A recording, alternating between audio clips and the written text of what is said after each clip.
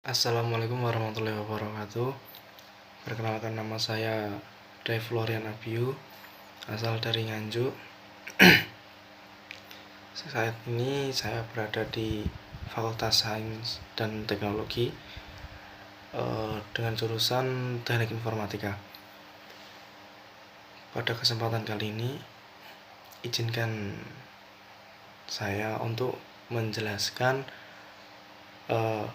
protokol kesehatan dan 5M di tengah pandemi yang sedang melanda Indonesia, yaitu negara kita tercinta sendiri.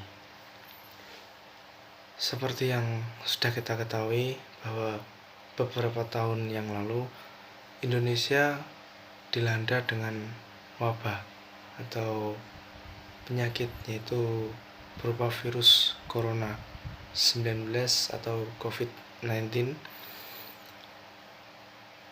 yang berawal dari Cina seperti yang diberitakan dan memasuki Indonesia lewat 2 warga negara Indonesia yang masuk dari Cina. Maaf kalau ada salah informasi, mohon dikoreksinya. Dengan adanya pandemi, walaupun sudah beberapa tahun kita lalui, tentu kehidupan kita di Indonesia dan di daerah tempat tinggal kita mengalami perubahan sosial yang sangat signifikan, ya. Seperti halnya kegiatan aktivitas kita di luar rumah itu perlu dibatasi sekali. Karena apa? Demi mencegah penyebaran virus ini, ya. Karena coronavirus ini menyebar melalui droplet yang keluar dari tubuh kita dan bisa juga menyebar melalui udara. Maka dari itu, di sini saya akan menjelaskan progresnya, yaitu 5M. 5M. Oke. Yang pertama, memakai masker. Ya, memakai masker yaitu dengan tujuan agar saat kita bersin atau batuk tidak ada droplet yang terjatuh atau mengenai orang saat terbawa udara. Jadi meminimalisir droplet dan suatu tindakan yang saat ini sedang digalakkan di Indonesia, ya, memakai masker. Lalu yang kedua, menjaga jarak. Nah, untuk menjaga jarak ini yaitu seperti yang pertama, agar kita tidak terkena droplet dari orang-orang sekitar kita. Dan di berita saya pernah membaca bahwasannya kita harus menjaga jarak dengan orang sekitar kita setidaknya itu sejauh 1 meter atau lebih dari 1 meter lebih baik, ya, karena penyebaran virus ini sangat cepat dan dibilang ganas juga ganas sih, karena jika virus ini disepelekan kan juga tidak bisa, karena terbukti di sini sudah tahun kedua, ya, tahun kedua kita terkena wabah ini dan belum berakhir, walaupun sudah diterapkan beberapa upaya pencegahan. Lalu selanjutnya yang ketiga, yaitu mencuci tangan. Pentingnya mencuci tangan yaitu pada saat kita keluar rumah, tangan kita ini tentu memegang beberapa barang yang ada di luar rumah kita yang kita tidak tahu apakah barang itu sudah steril apa belum, ya. Jadi bisa jadi barang yang kita pegang itu adalah barang yang pernah atau sudah dipegang orang lain dan terkena droplet berbagai orang yang kita nggak tahu mana yang membawa virus corona, mana yang carrier itu maksudnya pembawa virusnya ya. Saya lupa menjelaskan di awal karena kalau itu carrier itu yang membawa virus ya. Pentingnya mencuci tangan seperti itu, jadi agar tangan kita kembali steril, melakukan sterilisasi pada tangan, mencuci tangan. Jangan lupa kalau mencuci tangan jangan cuma pakai air ya guys, pakai sabun dan kalau bisa kalau bepergian itu bawa hand sanitizer agar ya seenggak-enggaknya nggak ada air, meskipun itu nggak mungkin ya, nggak ada air, semuanya nggak ada sabun, kita masih ada hand sanitizer. Oke, kita lanjut yang keempat, yaitu membatasi mobilitas. Maaf, cuma batuk ya, emang lagi kurang enak badan, bukan positif covid ya, bukan positif covid. Oke, lanjut, yaitu membatasi mobilitas. Maksudnya di sini kita membatasi mobilitas itu janganlah kayak kita biasanya sebelum covid kita mau keluar kemanapun kapanpun pasti nggak ada rasa was-was gitu. Tapi kalau sekarang ada covid, kita mau keluar itu was-was, nggak salah kan ya, kita was-was. Was-wasnya apa?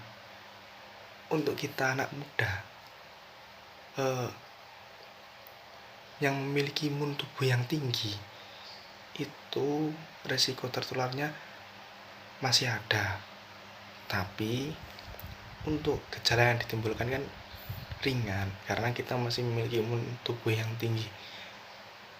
Itu kalau kita yang keluar rumah, kita pulang secara nggak sadar kita sudah terkena walaupun sedikit saja terkena droplet dari virus covid ini.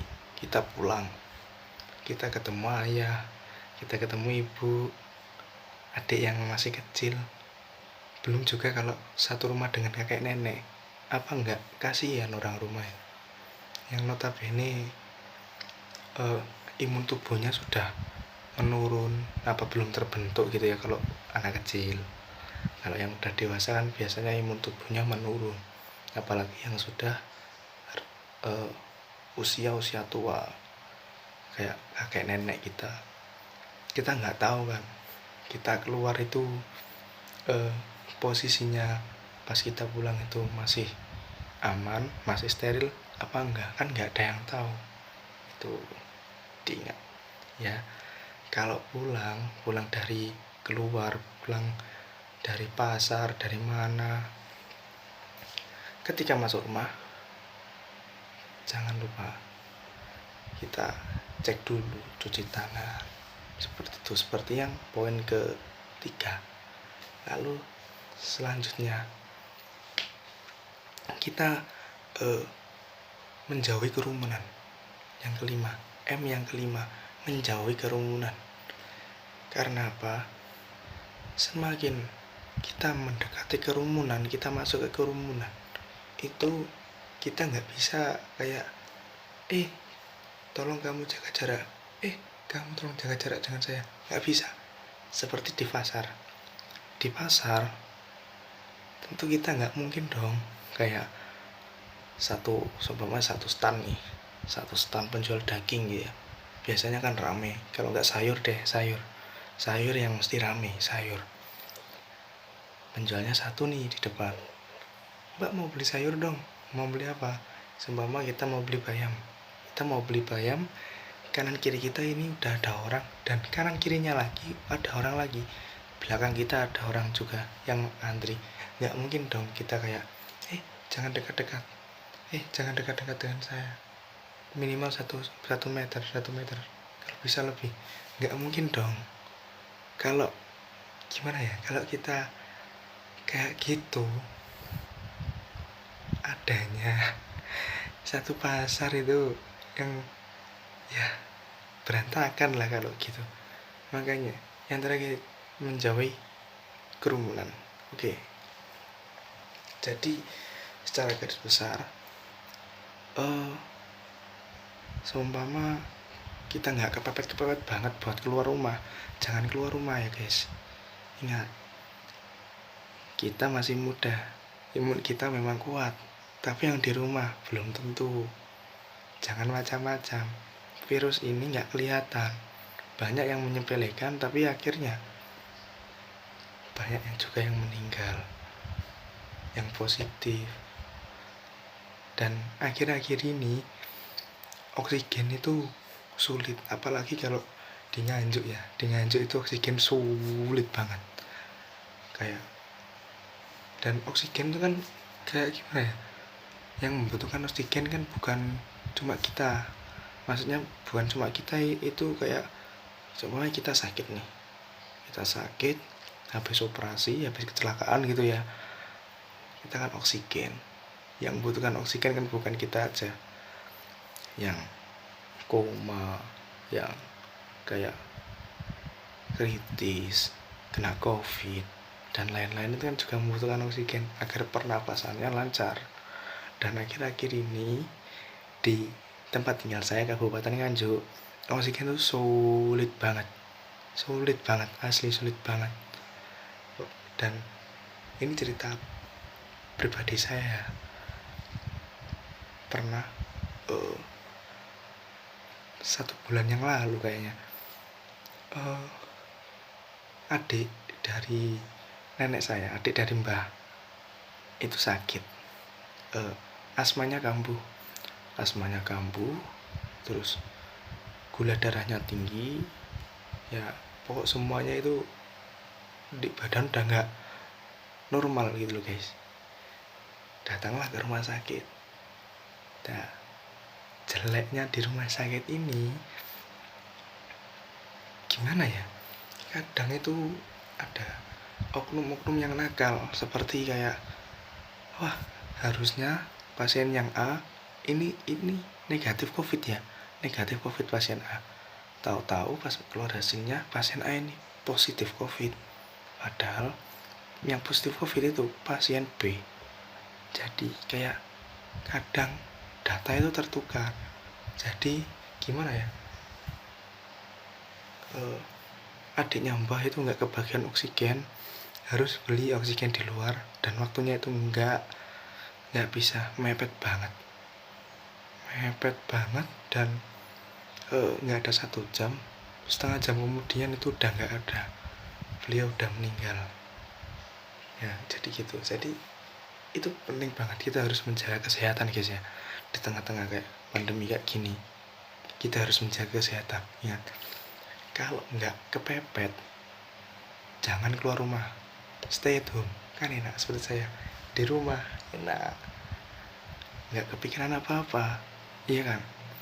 Kalau kepepet baru keluar rumah gitu. Kalaupun keluar rumah, pas pulang ingat, sebelum pulang aja deh, kita mau berangkat keluar nih, kita seumpamanya di rumah mati lampu nih ya, kita ada tugas kampus ya, kayak ini tugas kampus ya, siap, kita ada tugas kampus buat upload video, nggak ada koneksi, nggak punya paketan, wifi rumah mati, kita kan mau nggak mau kayak keluar ya, beli paketan atau ke warnet bisa ya, ke tempat-tempat warung-warung kopi yang sekiranya sepi tapi ada wifi-nya gitu kan udah banyak di sini ya. Di zaman sekarang mana gimana ya, wifi itu kan udah kayak segalanya gitu loh guys. Ibaratnya kayak ini udah modern gitu loh. Jadi kepepet kita keluar rumah aman nih, pakai masker, keluar rumah jangan lama-lama, secukupnya saja. Tugas sudah selesai pulang ya, jangan kemana-mana dulu. Kita nggak tahu tempat mana yang kita nggak tahu tempat mana yang zona COVID-nya tinggi dan zona COVID-nya rendah. Kita nggak tahu. Kita juga nggak bisa memastikan. Kalau kita mengacu data pemerintah,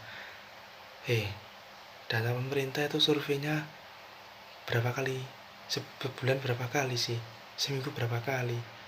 Setiap harinya itu tentu pasti berubah. Namanya juga penyebaran, apalagi virus ini kan udah tersebar ya. Di mana-mana juga ada. Ya, jangan pulang lama-lama.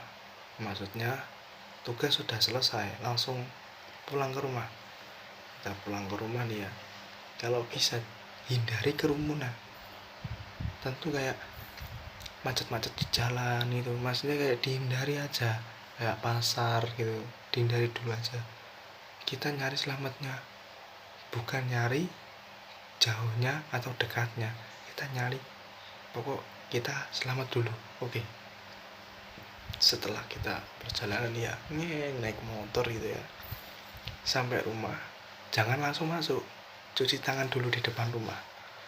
Sekarang kan pastinya ada tempat cuci tangan lah ya di depan rumah. Ya gimana ya, COVID ini kan udah lama di Indonesia, udah 2 tahun ini kalau nggak salah ya. Saya nggak gimana ya buat ngitungin itu, tambah pusing sendiri deh. Jadi ya ikutin aja, new normal. Kita hidup di mana budaya kita itu udah beda, kegiatan sosial kita udah beda gitu. Pulang ke rumah, cuci tangan sesuai apa yang sudah diajarkan. Ini kayak sela-sela ini terus maaf kuku saya belum saya potong ya, maaf sekali loh guys. Kayak ujung-ujung kuku ini juga gini ya, ini terus ini pojokan jempol gitu ya, gini. Nah, kalau selesai semuanya pakai sabun ya, bukan air tok loh ya, pakai sabun. Udah selesai, kita masuk rumah. Jangan langsung ngamplok ya apa ya, kayak nempel bapak ibu adik nenek itu jangan. Baju kita yang kita pakai kita nggak tahu ini masih aman apa enggak ya, ditaruh di kotoran, disendirikan kalau bisa ya. Langsung kita rendam dulu. Kalau biasanya aku sih tak rendam dulu ya guys, tak rendam pakai air sabun gitu ya, setengah jam 1 jam cukup lah. Kita cuci manual. Mau anak muda nggak bisa cuci manual kali ya. Kayak nomor satu kan mesin cuci itu gimana ya. Kalau kamu nggak ada mesin cuci terus kamu mau gimana ngelondri? Iya, kalau kamu punya uang, kalau nggak punya uang ya gimana? Tenaga itu nomor 1 ya. Itu tenaga nomor 1, dicuci sendiri aja, belajar mandiri. Oke. Setelah itu baru kita kayak mandi, ganti baju yang baru kita nempel gitu sama orang rumah. Ngamplok nggak masalah, cium bapak cium ibu kan nggak masalah kan, sama keluarga, masa malu. Nah jadi gitu ya. Gimana ya guys ya, di tengah pandemi ini tentu ya semuanya berubah, kayak dari segi sosial, dari segi ekonomi, terus banyak lah yang berpengaruh ini ya. Dua ini, sosial sama ekonomi. Sosial itu maksudnya kayak kegiatan sosial kita di luar rumah itu dibatasi. Yang dulunya kita bebas, nggak ada kayak aku coba biasa. Kayak sekarang kan enggak, kita dibatasi sama pemerintah. Dan kita jangan harus dibatasi pemerintah kok mulai ya ini ay. Jangan, kita harus bisa membatasi diri juga itu. Lalu kayak ekonomi itu sekarang banyak pedagang-pedagang yang gulung tikar ya, kasihan juga. Terus penurunan pendapatan itu juga kerasa banget loh guys itu. Jadi ya di tengah-tengah pandemi ini kuliah kita kan juga daring ya, dari rumah. Kita nggak perlu ke kampus, jadi nggak nggak ada alasan buat kita untuk ke dolan-dolan gitu, jalan-jalan nggak ada, jalan-jalan ke Malang nggak ada, kuliah kita itu online di rumah ya itu. Jadi cukup sekian saja kayak pemaparan dari saya, penjelasan dari saya. Mohon maaf kalau ada salah kata atau salah pengucapan atau terlalu berbelit-belit itu, saya minta maaf sekali guys. Soalnya kalau jujur di depan kamera itu saya kurang pede ya. Ini juga masih belajar, tahap belajar. Oke, sekian dari saya. Terima kasih atas perhatiannya. Wassalamualaikum warahmatullahi wabarakatuh. Stay at home, stay healthy. Peace out.